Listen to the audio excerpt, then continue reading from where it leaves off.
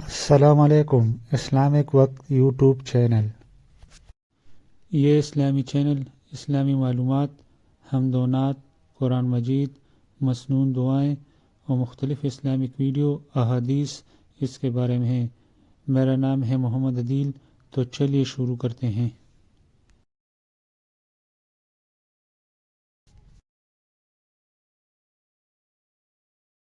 رسول اللہ صلی اللہ علیہ وآلہ وسلم نے فرمایا کہ جب کتا تم میں سے کسی کے برتن میں سے کچھ پی لے تو اس کو 7 مرتبہ دھو لو تو وہ پاک ہو جائے گا۔ رسول اللہ صلی اللہ علیہ وآلہ وسلم نے فرمایا، اسلام کی بنیاد 5 چیزوں پر قائم کی گئی ہے۔ اول، گواہی دینا کہ اللہ کے سوا کوئی معبود نہیں اور بے شک حضرت محمد صلی اللہ علیہ وآلہ وسلم اللہ کے سچے رسول ہیں، اور نماز قائم کرنا اور زکوٰۃ ادا کرنا اور حج کرنا اور رمضان کے روزے رکھنا۔ ایک دن ایک آدمی نے آن حضرت صلی اللہ علیہ وآلہ وسلم سے پوچھا کہ کون سا اسلام بہتر ہے؟ فرمایا، یہ کہ تم کھانا کھلاؤ اور جس کو پہچانو اس کو بھی اور جس کو نہ پہچانو اس کو بھی، الغرض سب کو سلام کرو۔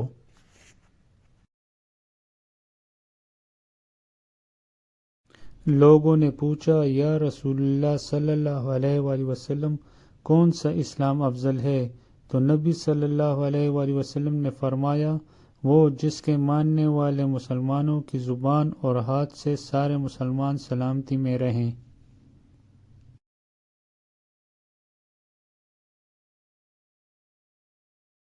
رسول اللہ صلی اللہ علیہ وآلہ وسلم جوتا پہنتے، کنگھی کرتے، وضو کرنے اور اپنے ہر کام میں داہنی طرف سے کام کی ابتدا کرنے کو پسند فرمایا کرتے تھے۔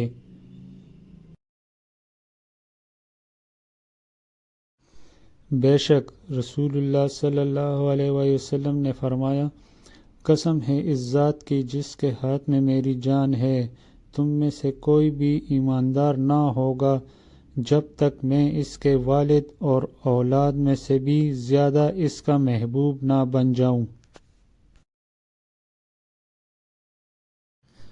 رسول اللہ صلی اللہ علیہ وآلہ وسلم نے فرمایا، وہ وقت قریب ہے جب مسلمانوں کا سب سے عمدہ مال اس کی بکریاں ہوں گی، جن کے پیچھے وہ پہاڑوں کی چوٹیوں اور برساتی وادیوں میں اپنے دین کو بچانے کے لیے بھاگ جائے گا۔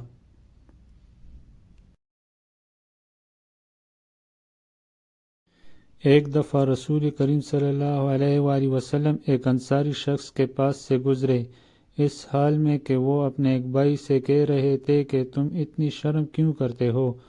آپ نے اس انصاری سے فرمایا کہ اس کو اس کے حال پر رہنے دو، کیونکہ حیا بھی ایمان ہی کا ایک حصہ ہے۔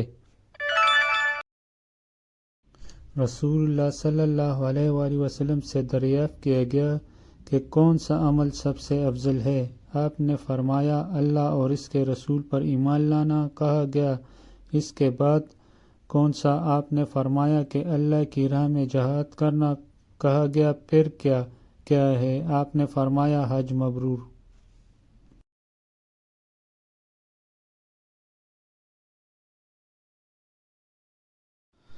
آپ صلی اللہ علیہ وآلہ وسلم نے فرمایا، منافق کی علامتیں 3 ہیں: جب بات کرے جھوٹ بولے، جب وعدہ کرے اس کے خلاف کرے، اور جب اس کو امین بنایا جائے تو خیانت کرے۔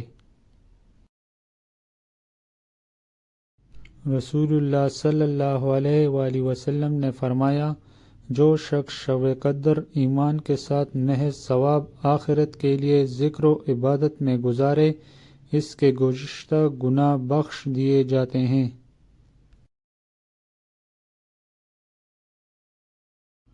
آن حضرت صلی اللہ علیہ وآلہ وسلم نے فرمایا، تم میں سے کوئی شخص ایماندار نہ ہوگا جب تک اپنے بھائی کے لیے وہ نہ چاہے جو اپنے نفس کے لیے چاہتا ہے۔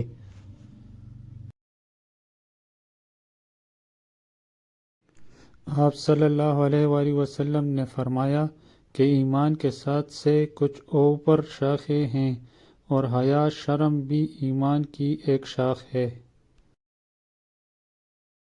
آن حضرت صلی اللہ علیہ وآلہ وسلم نے فرمایا، مجھے دوزخ دکھائی گئی اور اس میں زیادہ تر عورتیں تھیں جو کفر کرتی ہیں۔ کہا گیا، حضور کیا وہ اللہ کے ساتھ کفر کرتی ہیں؟ آپ صلی اللہ علیہ وآلہ وسلم نے فرمایا کہ خاوند کی ناشکری کرتی ہیں اور احسان کی ناشکری کرتی ہیں۔ اگر تم عمر بھر ان میں سے کسی کے ساتھ احسان کرتے رہو، پھر تمہاری طرف سے کبھی کوئی ان کے خیال میں ناگواری کی بات ہو جائے تو فوراً کہہ اٹھے گی کہ میں نے کبھی بھی تجھ سے کوئی بھلائی نہیں دیکھی۔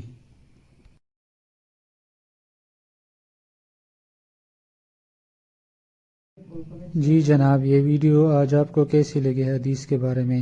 اور یہ اگر اچھی لگی ہو تو لائکس، کمنٹس اور سبسکرائب کرنا مت بھولیے گا۔